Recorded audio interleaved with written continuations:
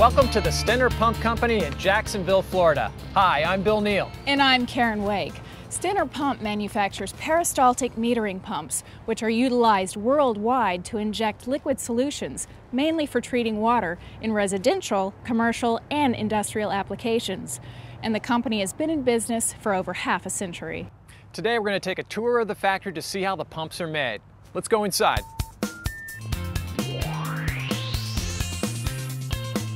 We're in the main building where production comes together. And with us now is Michael Kincaid, the Executive Vice President of the Stenner Pump Company. Michael, this is quite an operation. Well, we're very proud of the company. Our staff here does a great job. And the company has been around for over 50 years. Yes, the company was established as G.H. Stenner and Company, Incorporated in 1957 here in Jacksonville, Florida by Gustav and Helen Stenner.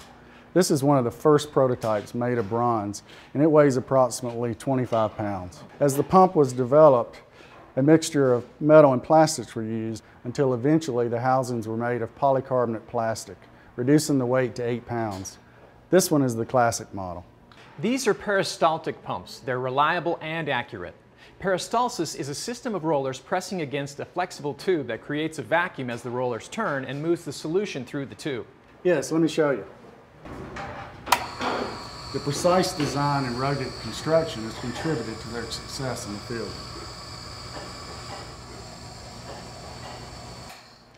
In 1995, Tim Ware purchased the company and established an employee stock option program where the employees own 49% of the company. In 2007, the name was changed to Stenner Pump Company. To facilitate growth and product distribution, Mr. Ware set up additional manufacturing plants in New York and Kansas. A majority of the pump components are made at the factory, and vertical integration allows better inventory, quality control, and delivery. Let's see how the raw materials are converted into parts used in the final product.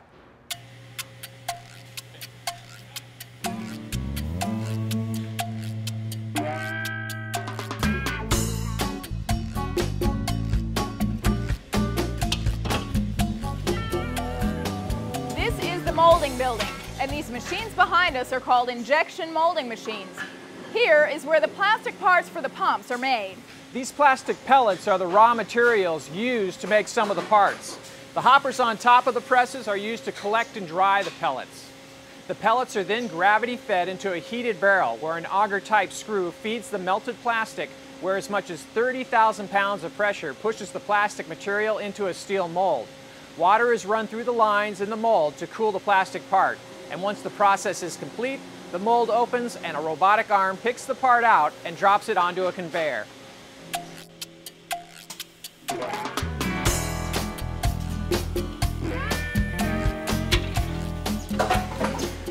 Yep, fresh off the press and still a little hot. More than 50 different parts are molded in this building for use in the production cycle. By manufacturing so many of their own parts, Stenner reduces delays in the production process and has better quality control from start to finish. The Stenner pump is often installed in dimly lit locations like pump rooms or basements. Many customers have said that the numbers on the pump's dial ring needed to be easily visible for adjusting the pump to the desired setting. So Stenner developed the pad printing process. The numbers are white instead of the same color as the pump. It took over 2 years to implement this process because of the difficult angle on the part itself, but it's just an example of how this company is inspired by their customers. Now we're going to my favorite area, the tooling building.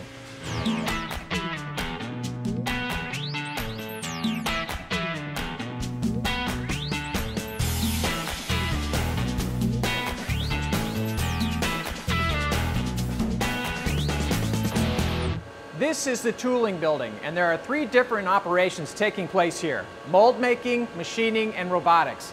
Behind me are the computer-controlled machines called the CNC Swiss turn lathe.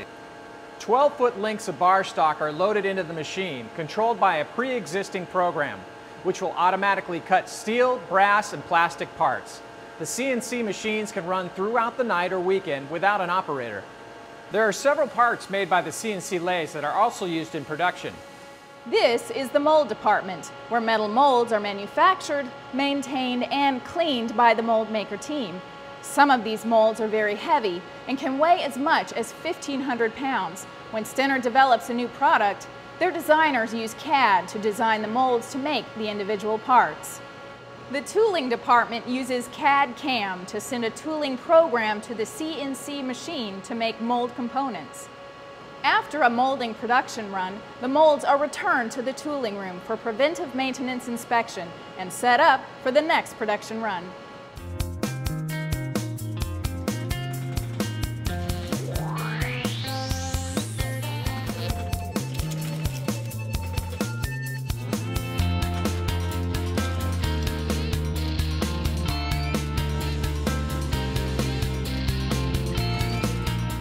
So we're here in the robotics room, and this is really cool. Michael, can you tell us what's going on here? The robots are used to assemble parts that will be used for production. As you can see, vibratory bowls and conveyors automatically feed the robot, which picks up the parts and assembles them. They are accurate and fast and provide repeatable quality. How long will the robot keep going? This robot will run as long as parts are fed and can operate 24/7, similar to the CNC machines. So was the number of staff reduced with the introduction of robotics? No jobs were eliminated. Instead, the personnel were cross-trained for other assembly work, including new products. The robots and the training allowed us to increase our capacity without changing the number of production personnel employed here in Jacksonville. That works out well for everybody. Absolutely.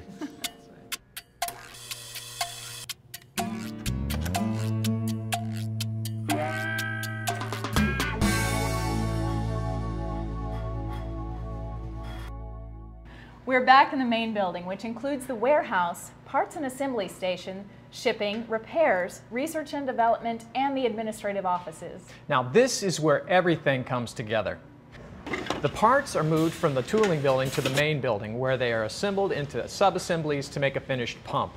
In the warehouse, the plastic, metal, and purchase parts are received, quality checked, and stored for the final stages of assembly. Next to the warehouse are the assembly stations, where sub-assemblies are made to eventually make a specific pump model.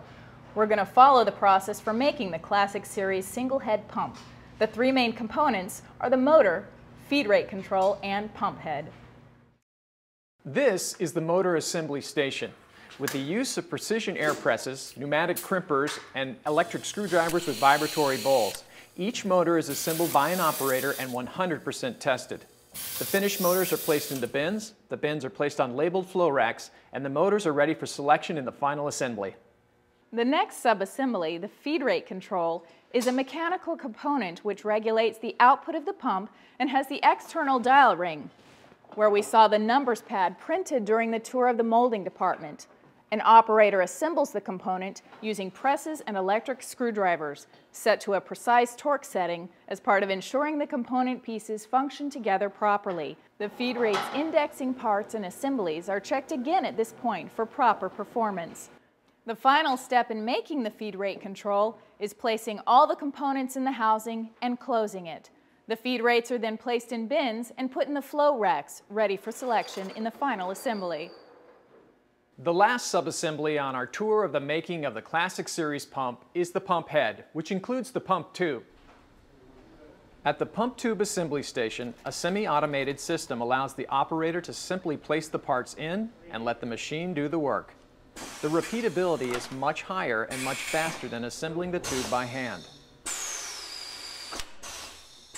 After the tube housing and roller assembly are attached to the main shaft, the assembler uses a pump motor to load the pump tube into the pump head. The finished pump heads are put into bins, placed on the labeling flow racks, and are ready for selection in the final assembly.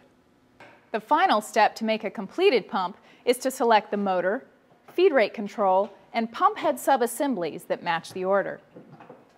The sub-assemblies are snapped together, tested, labeled, and moved to the boxing area.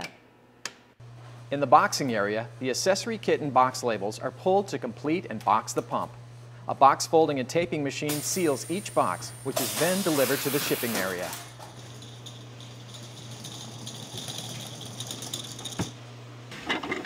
Near the shipping area, the parts department puts together pump accessory kits, service kits, and packaged parts. The last stop is the shipping department, where pumps and parts are packaged or palletized to be shipped to customers around the world. Behind me, you can see another area in the main building, the repair area for pump reconditioning and warranty work. Stenner pumps have a warranty return rate of less than 1/4%. Well, that wraps up the tour. Thank you, Michael. It was my pleasure. Stenner is committed to customer satisfaction, quality products, and timely deliveries. Yeah, well, I'm sure the audience found the company's presentation very informative. Thanks, Michael.